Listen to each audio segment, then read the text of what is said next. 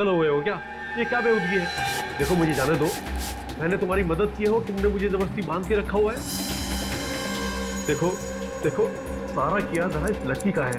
तुम्हारे बाबा को मैंने नहीं मारा है, तुम्हारे बाबा को इसने मारा है। क्या बकवास कर रहा मधुसूदन? हाँ, जब इसने बचा हुआ पैसा नहीं दिया तो तेरे कहने पे मैंने इसके पिता को मारा और इल्जाम मुझ पर लगा रहा तू। देखो मुझे जाने दो, तुम्हें जितना पैसा चाहिए मैं दूंगा। मैं कैसा कहता हूँ ब्याज भी नहीं लूंगा, सच कह रहा हूँ। क्या हुआ लकी? बोलती बंद ना। सर मेरा नाम सनी है सर, मैं इसी कुली में रहता हूँ। हाँ? और आप? Mister Madhusudan, textile industrialist. कितनी उम्मीद लेकर आया था ना मैं तुम्हारे पास। मैं तो बस एक छोटा सा सैलून खोलना चाहता था। अरे भीख मांगने नहीं आता तुम्हारे पास, उधार मांगने आया था। पूरे कागजात नहीं थे मेरे पास बैंक से लोन लेने के लिए। मजबूर तुम जैसे प्राइवेट इन्वेस्टर्स का दरवाजा खटखटाना पड़ा। पर तुम जैसे लोग खून चूस लेना चाहते हो हम जैसे गरीबों का। नहीं, लेकिन मैं ऐसा...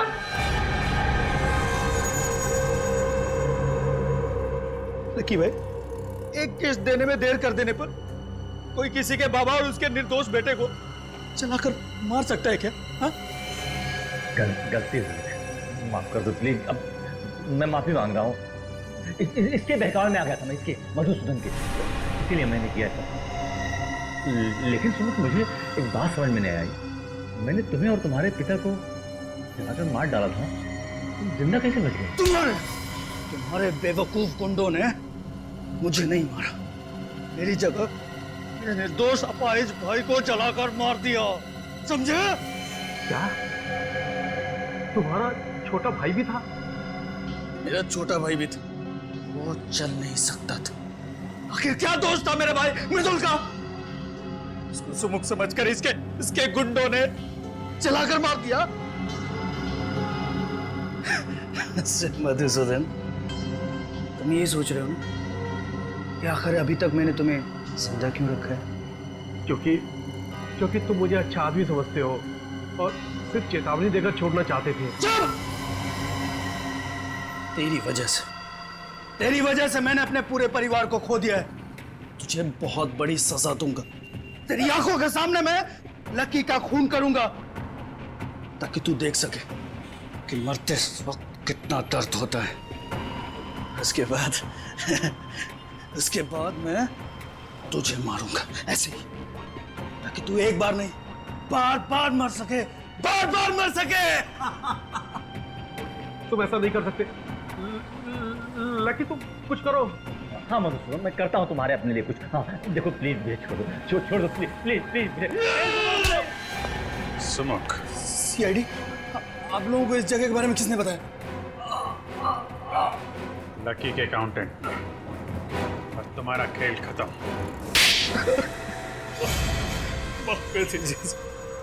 सब ऐसा नहीं था सर। बदले की आग में मैं अंधा हो गया था। मैं तो एक सीधी सादी जिंदगी जीना चाहता था। मैं एक हेयर स्टाइलिस्ट बनना चाहता था, लेकिन मेरे बाबा स्कूल टीचर थे। उन्हें मेरा ये बाल काटने का काम पसंद नहीं था, लेकिन मैंने भी ठान ली थी कि मैं हेयर स्टाइलिस्ट बनूंगा। जब मैंने एक सैलून में नौकरी करना शुरू की, मेरे बाबा ने मुझसे रिश्ता ही तोड़ लिया था। और तुम्हारे पिताजी शोभा जी की चौल में चले गए रहने के, और तुम भी उनके पीछे पीछे वहां चले गए और उसी चौल में रहने लगे। हाँ सर, जैसे ही मुझे पता चला कि बाबा और मृदुल वहां रहने लगे तो मैं भी वहां शिफ्ट हो गया।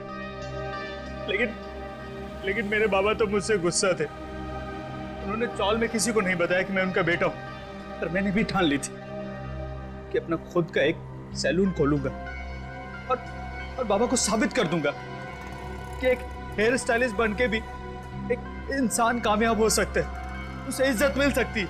और इसीलिए तुमने लोन लेने के बारे में सोचा? हाँ?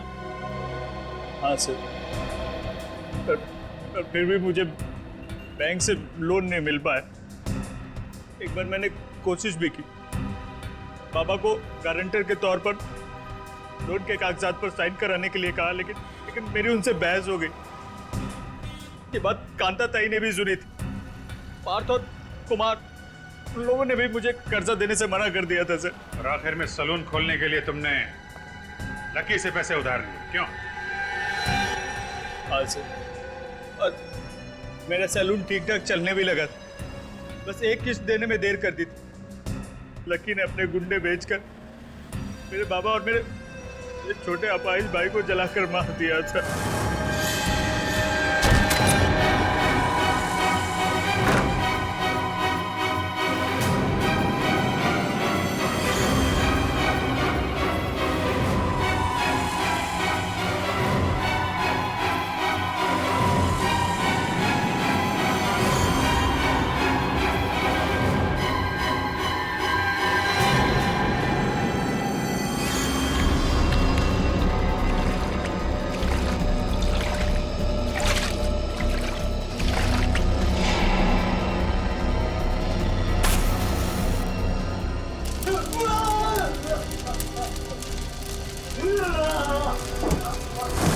और दुनिया के सामने तुमने अपने भाई की जगह खुद को मार डाला। हाँ सर, मुझे मेरे पिताजी और मेरे भाई की मौत का गम बहुत सता रहा था। मुझे चैन से नींद नहीं आ रही थी, इसलिए मैंने बदला लेने की ठान ली थी। फिर मैंने उनको एक कमाल का हेयर कट दिया। सबको मैंने एक एक करके मार डाला। जब तक फांसी का फरमान नहीं आ जाता, जेल में बैठ के दूसरे कैदियों को हेयर कट देते।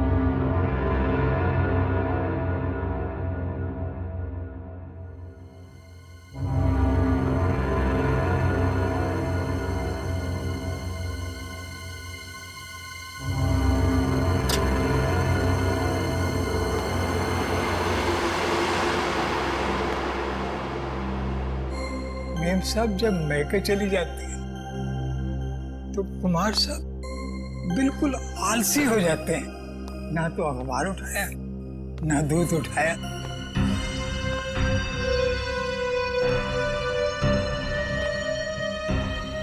ये ली।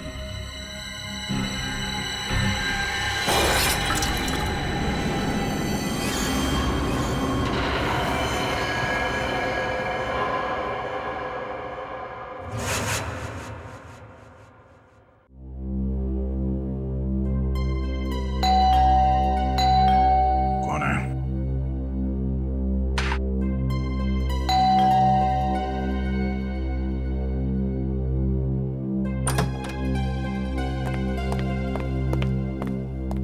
अरे फ्रेडी, सुबह सुबह यहाँ पे क्या बात? अरे ठीक तो, परेशान लग रहे हो। आप बहुत लकी हो सर। तो ये तुम्हारी परेशानी है? अच्छा हुआ आपने शादी नहीं की, बल्कि मैं कहता हूं किसी ने भी शादी नहीं करनी चाहिए। ओह, तो लड्डू खा के पछता रहे हो आप? बीवी से तू मैं करके आ रहे हो यहाँ पे? हाँ, तू मैं? अरे सर, मेरे घर में सिर्फ मैं चलती है। क्या हुआ? क्या एग्जैक्टली?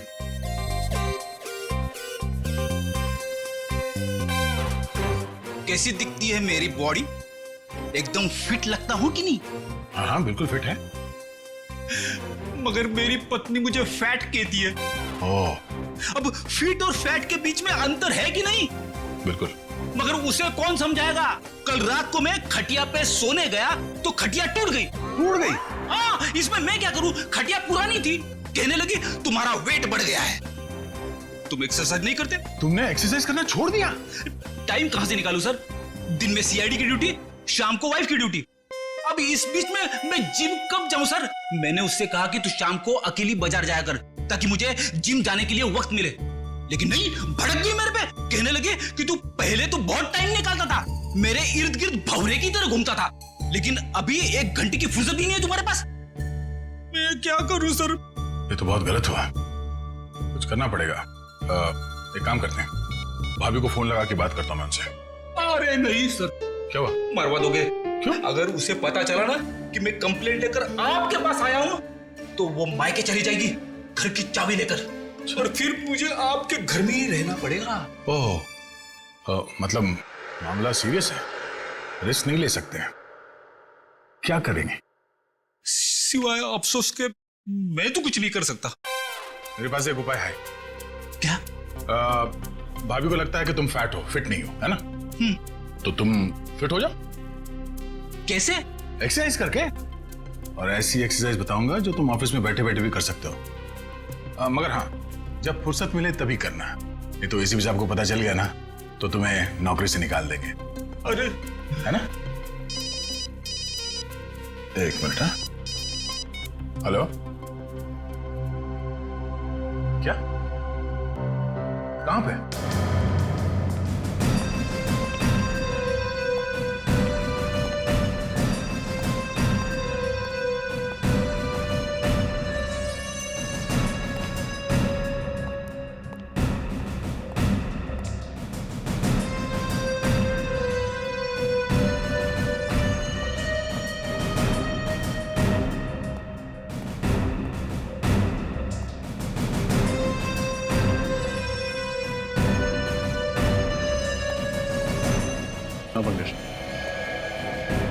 इस बेचारे के बारे में सोच रहा हूँ सर। जिस कैंची से इसने अपने बाल कटाए उसी से अपने प्राण गंवाए।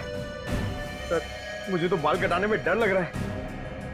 सर एक और एक बात है, यहाँ पे इसके गले पे पाउडर जैसा कुछ लगा हुआ है।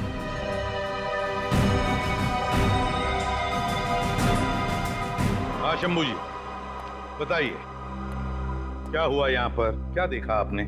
साहब रोज मॉर्निंग वॉक पे जाया करते थे और आते वक्त हमेशा दरवाजे पे लगा हुआ अखबार उठा लेते थे। आज सुबह जब मैं काम पर आया तो मैंने देखा अखबार वैसे ही दरवाजे पे लगा हुआ है। तो मैंने सोचा कि साहब सो रहे होंगे, तो मैं फिर उनके लिए चाय बनाकर जब उनके रूम में जाने लगा तो मैंने देखा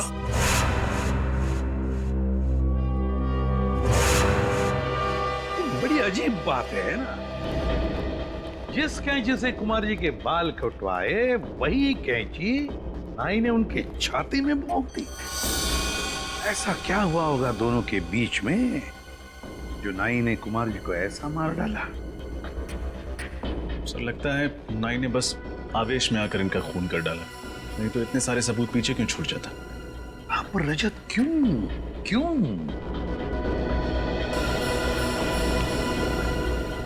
मुझे एक बात बताओ, आपके कुमार साहब करते क्या थे?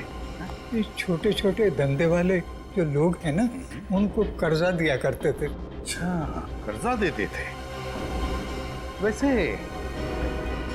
आप कितने सालों से काम कर रहे हैं यहाँ पर? वो जब स्कूल जाते थे।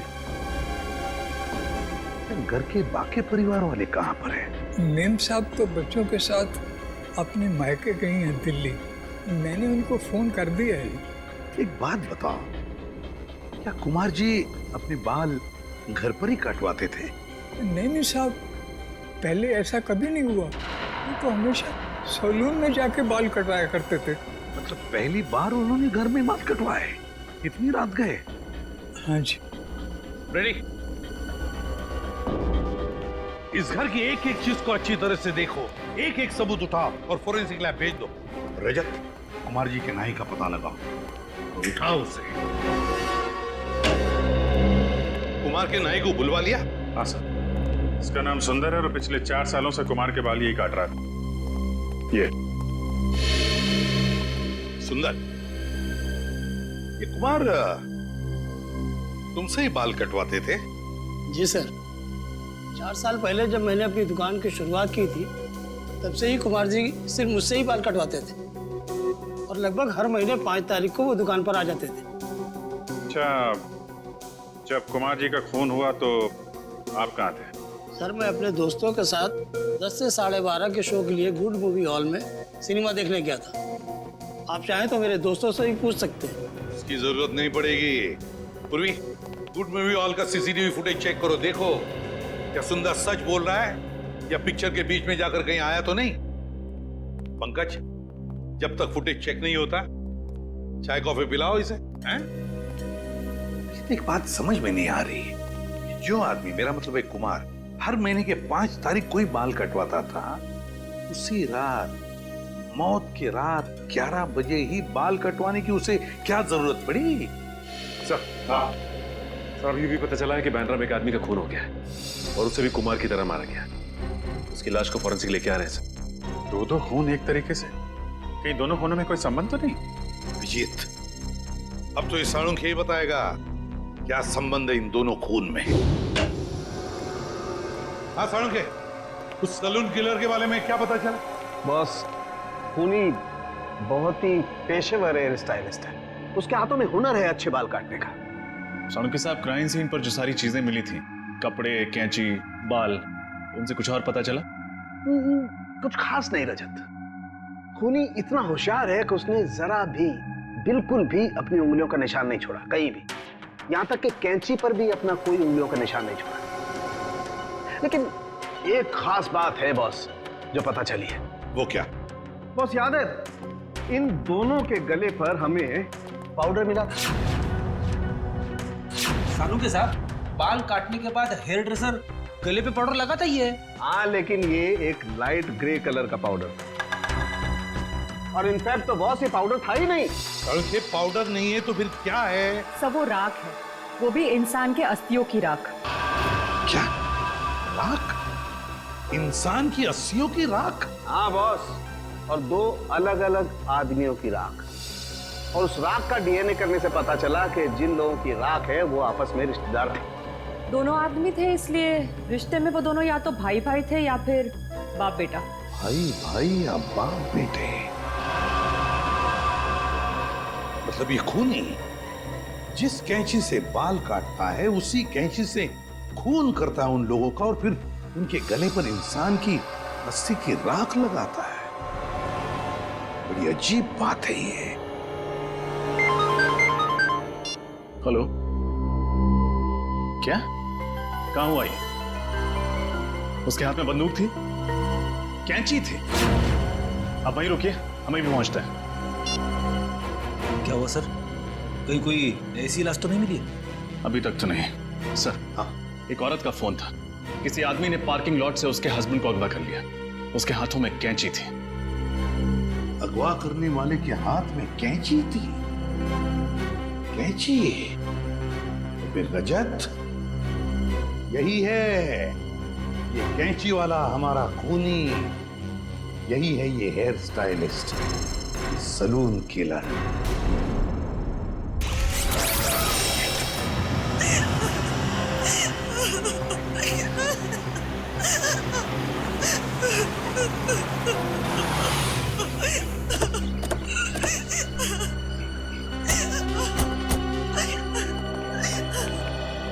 आपने सीआईडी ब्यूरो में फोन किया था मैडम? हाँ सर, मैंने ही फोन किया था। सर, वो लोग मेरे पति को ले गए सर। मेरे पति को बचा लीजिए सर, बचा लीजिए मेरे पति को। एक मिनट मैडम, शांत हो जाइए। आप ठीक से बताइए हुआ क्या? कौन ले गया आपके पति को? मुझे नहीं पता सर, मैंने उसे पहली बार देखा था। उसने अपने मुंह पर रुमाल बांध रखा था। मेरे पति जैसे ही गाड़ी से निकले, पता नहीं कहां से वो सामने आ गया और मेरे पति के मुंह पर रुमाल रखकर उन्हें बेहोश कर दिया। मैंने उन्हें बचाने की कोशिश भी की सर, लेकिन उस आदमी के हाथ में कैंची थी। ये देखिए सर, उसने मुझ पर भी वार किया, सो मैं डर गई और उसने मेरे बेहोश पति को गाड़ी में बिठाकर पता नहीं कहां ले गया। सर, मेरे पति को बचा लीजिए सर, बचा लीजिए सर मेरे पति को। एक मिनट।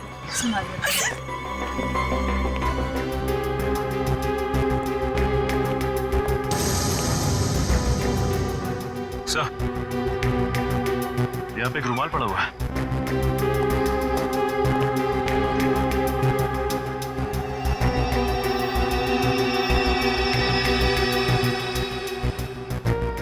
मैम, क्या ये कपड़ा इस्तेमाल किया गया था आपको पति को बेहोश करने के लिए? हाँ सर, ये वही कपड़ा है। सर, क्लोरोफॉर्म का इस्तेमाल किया। लगता है सैलून किलर बड़ी तैयारी के साथ आया था यहाँ पे। Salon killer? ये सैलून किलर कौन है? इसका मतलब वो मेरे पति को भी मार डालेगा। देखिए प्लीज, आप चिंता मत कीजिए। उससे पहले कि वो आपके पति तक पहुंचे, हम उसे ढूंढ निकालेंगे। देखिए मैडम, आप ये बताइए कि जब वो लोग आपके पति को गाड़ी में डालकर ले गए तो आपने उस गाड़ी का नंबर देखा? कुछ याद है आपको?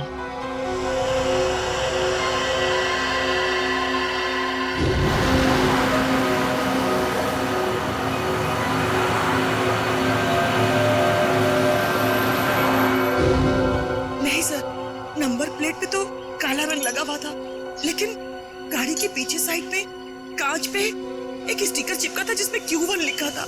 Q1? क्या उस स्टिकर पे कोई म्यूजिकल साइन भी बना हुआ था? हाँ हाँ हाँ। श्रेया, तुम इस Q1 के बारे में कुछ जानती हो? हाँ सर, Q1 एक दुकान है जहाँ गाड़ियों के म्यूजिक सिस्टम्स बेचे जाते हैं। ओह, गाड़ी के नंबर प्लेट को काली करने से उसने सोचा कि वो बच जाएगा। बेवकूफ आदमी। Q1 music.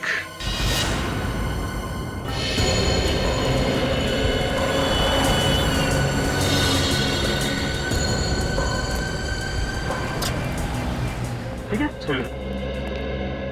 बोलिए सर, मैं आपको किस तरह का म्यूजिक सिस्टम दिखाऊं? हमारे पास में वैसे हर बड़ी कंपनी का है, जो आप चाहें मैं आपको दिखा सकता हूँ। वो सब छोड़िए सर, ये बताइए पहले ये गाड़ी कौन सी है आपकी? सीआईडी की गाड़ी है। सॉरी सर, पहले बताना था आपको। अरे यार, तो फिर फटाफट देख के बताओ अपने रिकॉर्ड में कि लेस्कॉट गाड़ी में आपने कुछ लगाया म्यूजिक सिस्टम वगैरह? जी सर। जी हाँ सर, इस तरह की 4 गाड़ियों में मैंने ऑडियो सिस्टम फिट किया है।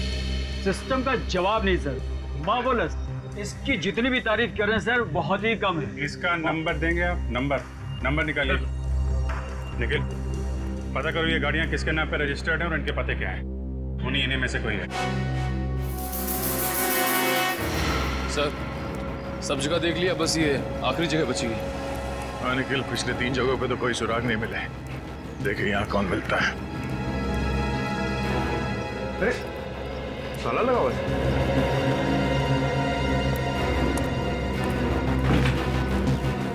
क्या बात है सर? हम लोग सीआईडी से हैं। हमें मिस्टर सुमुख से मिलना है। उनके नाम पे एक गाड़ी रजिस्टर्ड है XY35 MT645। घर पे नहीं है क्या वो? साहब, मैंने सुना था कि वो 2 महीने पहले ही मर गया था। क्या? सुमुख 2 महीने पहले मर चुका है? जी साहब। और आपको? सर, मेरा नाम सनी है। सर, मैं इसी खोली में रहता हूँ। सर, मैंने सुना था कि दोनों बाप बेटे ने आत्महत्या कर ली थी। बेचारे दोनों इसी खोली में जल के मर गए थे। ये सब कैसे हुआ? आप लोगों ने बचाने की कोशिश नहीं की? वो साहब, सब कुछ आधी रात को हुआ ना, तो किसी को पता ही नहीं चला। मैंने भी कोई आवाज नहीं सुनी। आप साहब, मेरा नाम कांता है, मैं बाजू वाली खोली में रहती हूँ। अच्छा, ये सुमुख की जो गाड़ी है वो कहाँ है? गाड़ी? क्या सुमुख के पास गाड़ी थी? साहब, हमने तो कभी नहीं देखी। और सुमुख तो चल ही नहीं पाता था साहब, तो गाड़ी कैसे चलाता? सुमुख चल नहीं पाता था? जी नहीं। मधुसूदन को जिस गाड़ी में किडनैप किया गया वो गाड़ी सुमुख के नाम पर रजिस्टर्ड है और सुमुख चल नहीं सकता था।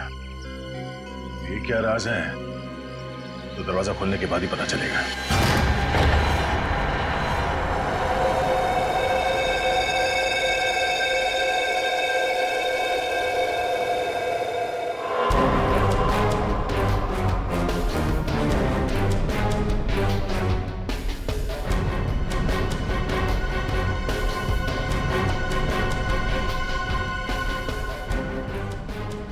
जलकर आत्महत्या कर लेते हैं। जब तक दोनों जलकर पूरी तरह से राख नहीं हो जाते, यहाँ पड़ोसियों को कुछ पता तक नहीं चलता।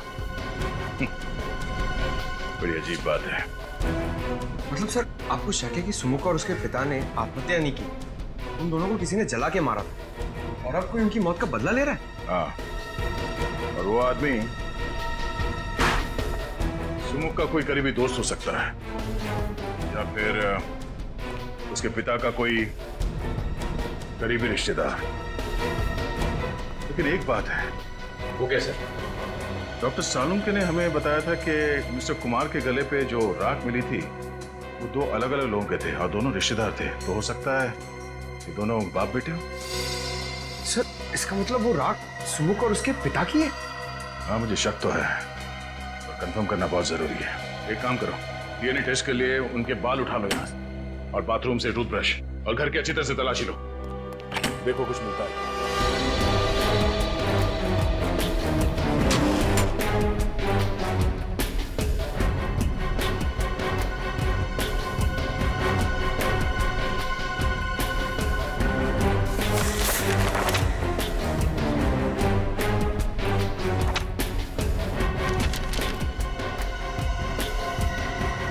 सर, ये एनवलप मिला इनमें से।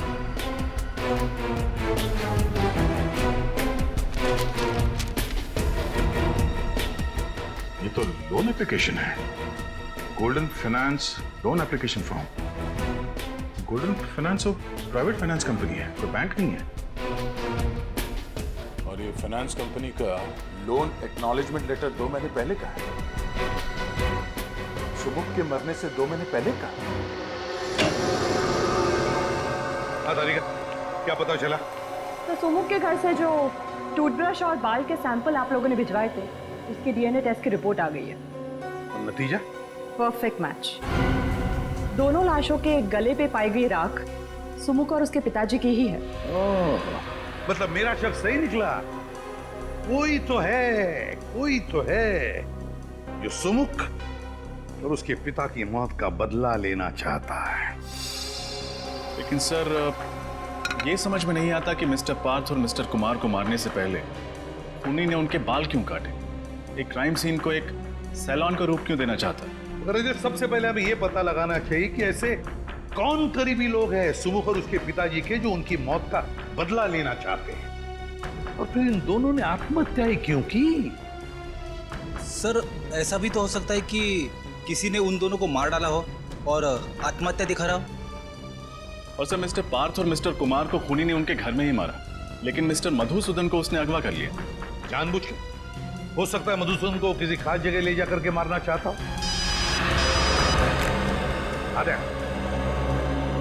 अच्छा, गोल्डन फाइनेंस कंपनी के, ठीक है। सुमुख ने मरने से पहले गोल्डन फाइनेंस कंपनी से लोन लेना चाहा था। Golden Finance company.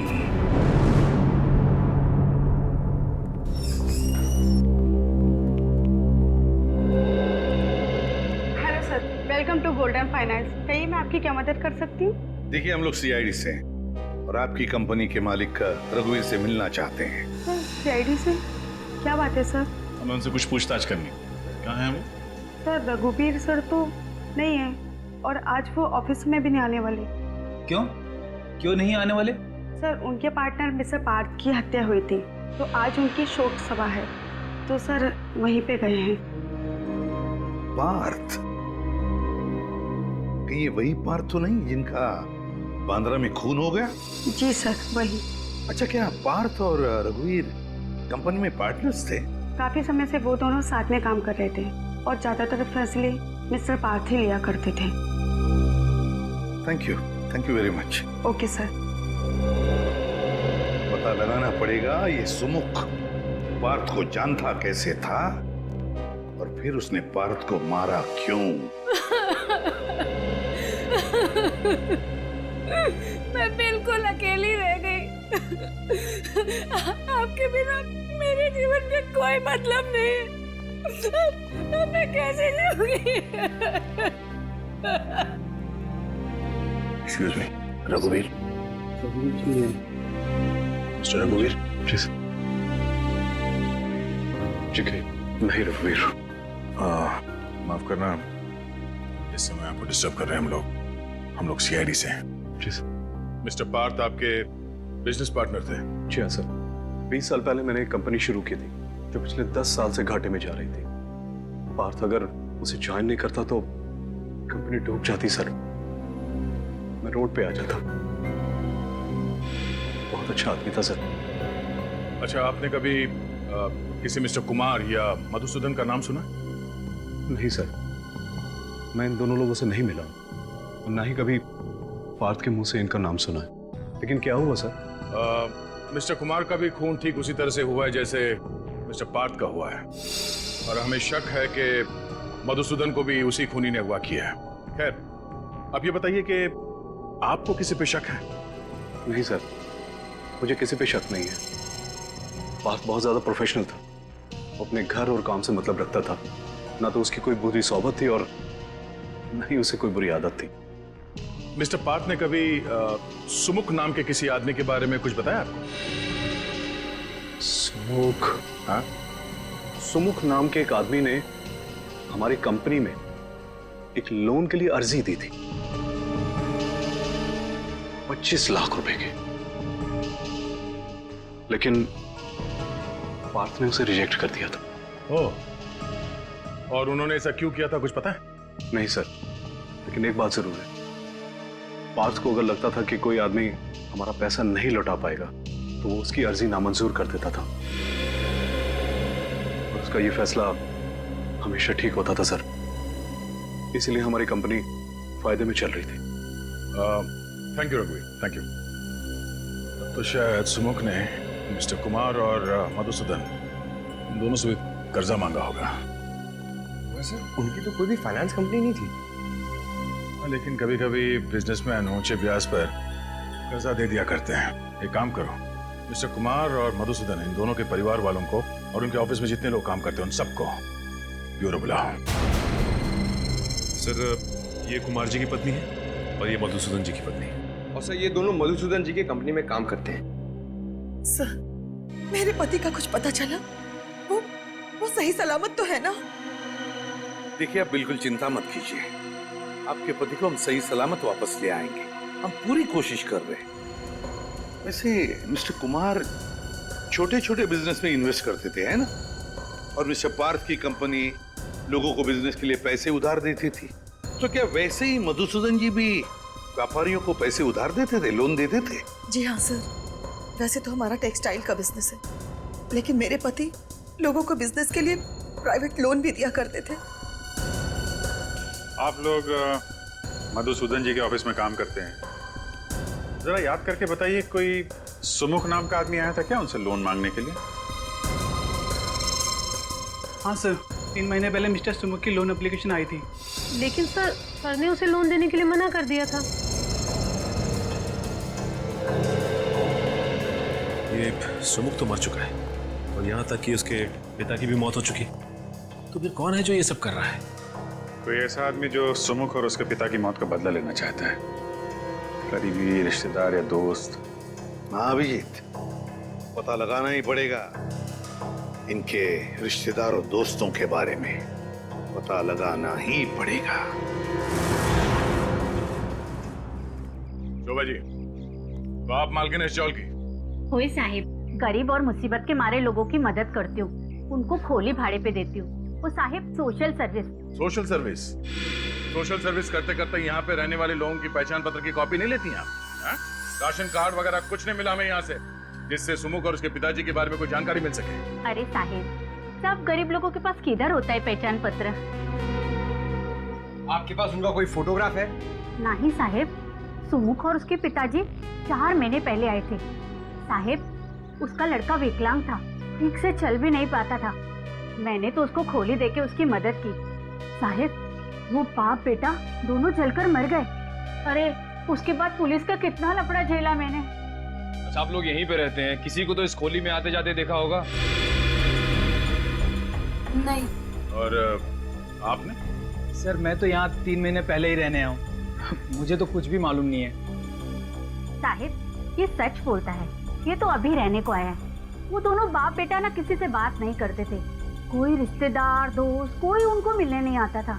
अच्छा, आप लोगों ने कभी उन्हें बात करते हुए सुना या फिर किसी का नाम का जिक्र करते हुए सुना? याद करिए। हाँ साहब, मरने से 3 दिन पहले रात को बाप बेटे में खूब झगड़ा हुआ और किसी बात को लेकर बहस भी हो रही थी। कैसी बहस? वो सुमुख अपने पिताजी को किसी कागज पे साइन करने के लिए कह रहा था और उसके पिताजी चिल्ला चिल्ला कर कह रहे थे कि मैं कोई साइन नहीं करूंगा। सर, शायद सुमुख अपने पिताजी से किसी लोन के कागजात पे साइन करने के लिए कह रहा हूँ, गारंटर के तौर पर, या किसी चीज को गिरवी रखे और उसके पिताजी मना करें इस बात के लिए। हो सकता नहीं, पर अब भी सवाल वही है कि आखिर वो कौन है जो सुमुख और उसके पिताजी की दर्दनाक मौत का बदला लेना चाहता है?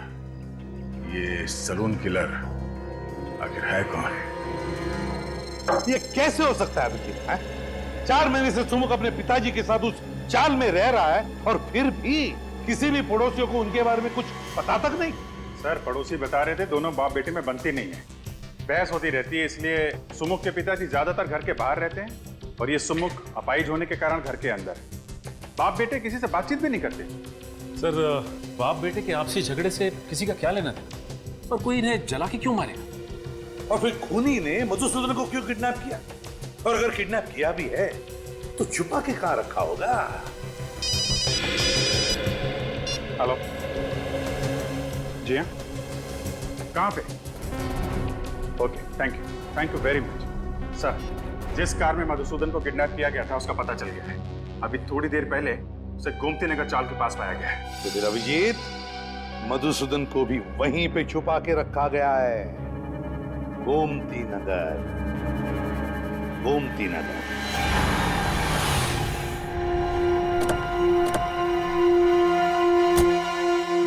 यहां से हमें पैदल ही जाना होगा, लेकिन सावधान रहना, खूनी कभी भी कोई भी हरकत कर सकता है। इस बार वो हमारे हाथों से बचना नहीं चाहिए।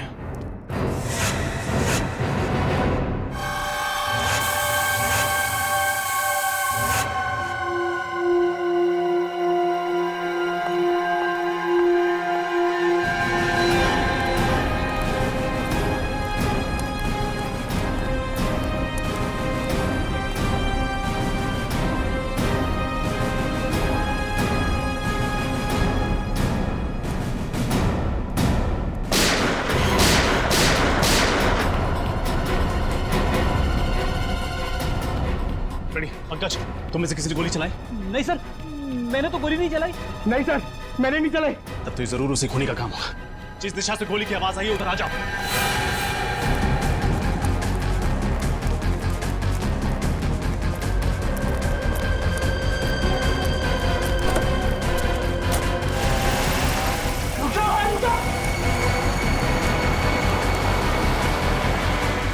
Q1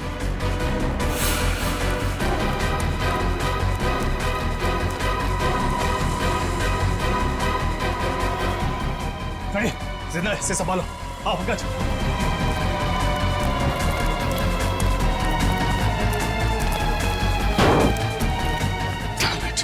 खूनी को पता चल गया था कि हम यहाँ पहुंच चुके हैं। वापस चलो।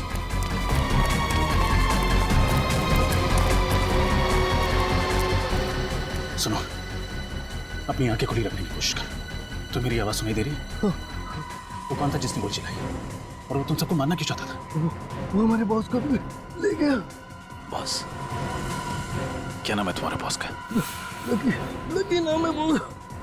लकी? और ये सब कौन है? ये सब बाकी सारे हमारे साथी। एक खूनी एक गुंडे को क्यों अगवा करेगा? सुनो, इसने मुजरिम को देखा है। हर हाल में इसका बचना जरूरी है। हॉस्पिटल ले जाओ इसे। चलो हाँ, जल्दी जल्दी।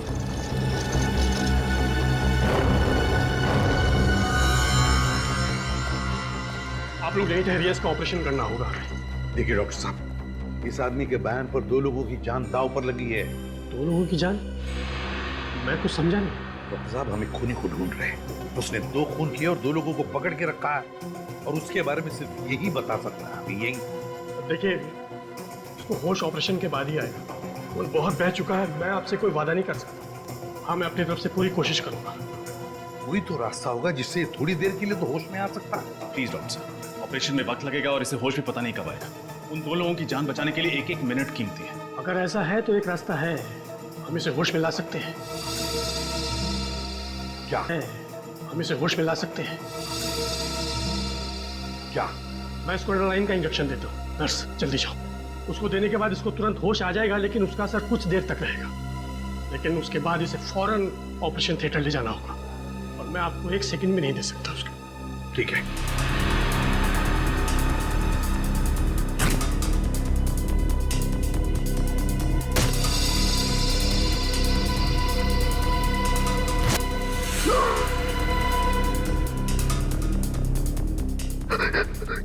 क्या हुआ? मैं कहाँ हूँ?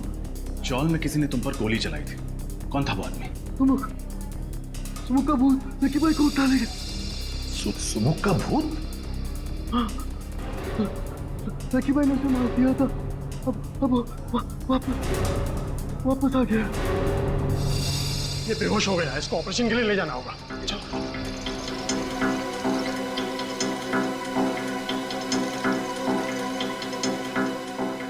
सुमुख जिंदा है?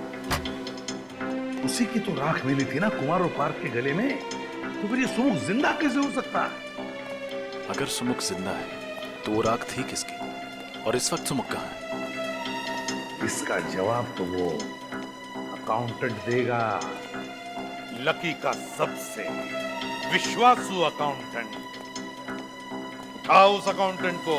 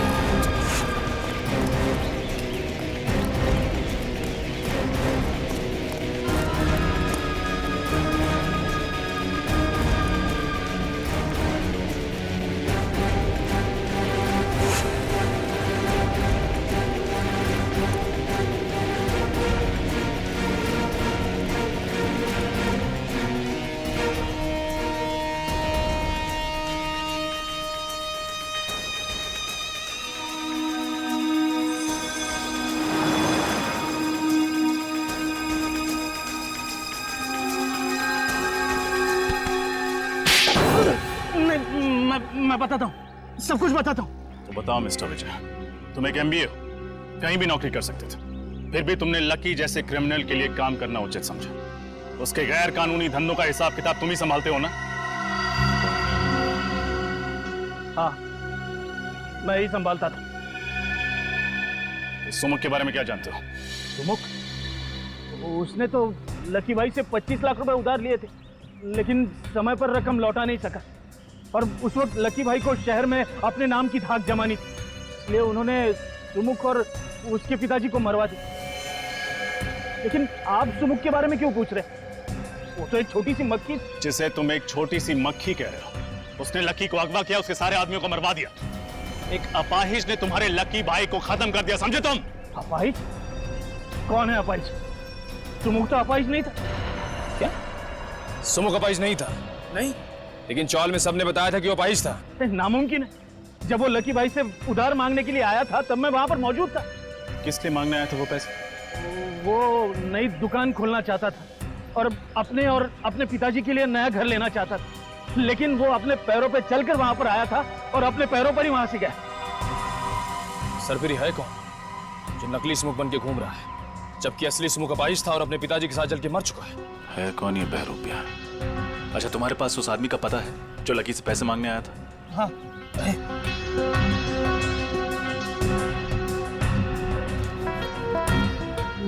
मांडवा गली खोली नंबर 4। मांडवा गली खोली नंबर 4। ये तो वही चौल है जहां पे हम लोग जाके आ चुके हैं। ये वही जगह है जहां लकी ने अपने गुंडों को भेजा था सुमुख और उसके पिताजी को जला के मार डालने के लिए। एक मिनट, मेरे पास उस नई जगह का भी पता है। सुमुख ने दुकान बनाने के लिए इस जगह को भाड़े पे लिया था। 12 मयूर चौक, नविहार लेन। नविहार लेन, उसकी दुकान चलते हैं।